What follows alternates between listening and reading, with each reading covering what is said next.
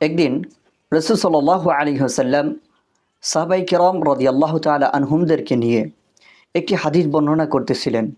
ফাকাল রাসূলুল্লাহি সাল্লাল্লাহু আলাইহি ওয়াসাল্লাম, রাসূল সাল্লাল্লাহু আলাইহি ওয়াসাল্লাম বলেন, হে সাহাবারা, তোমরা শুনে রাখো, ইন্না ফিল জান্নাতি গুরাফা, নিশ্চয় আল্লাহ তাআলা জান্নাতের মধ্যে এমন একটি কামরার ব্যবস্থা করে রেখেছেন, ইরা যাহিরুহা মিন বাতিনিহা ওয়া বাতিনিহা মিন যাহিরিহা, যেই কামরার ভিতর থেকে বাহিরের অংশ তোমরা দেখতে পাবে এবং বাহির থেকে ভিতরের অংশ তোমরা দেখতে পাবে। ফাকামা আরাবিয়্যুন ইয়া রাসূলাল্লাহ লিমান হিয়া, তখন এ কথা শুনে এক বেদুইন ব্যক্তি দাঁড়িয়ে গেলেন এবং রাসূল সাল্লাল্লাহু আলাইহি সাল্লামকে প্রশ্ন করলেন, লিমান হিয়া ইয়া রাসূলাল্লাহ, কাকে আল্লাহ তাআলা এত চমৎকার কামরা দান করবেন? কে হবে এই কামরার মালিক?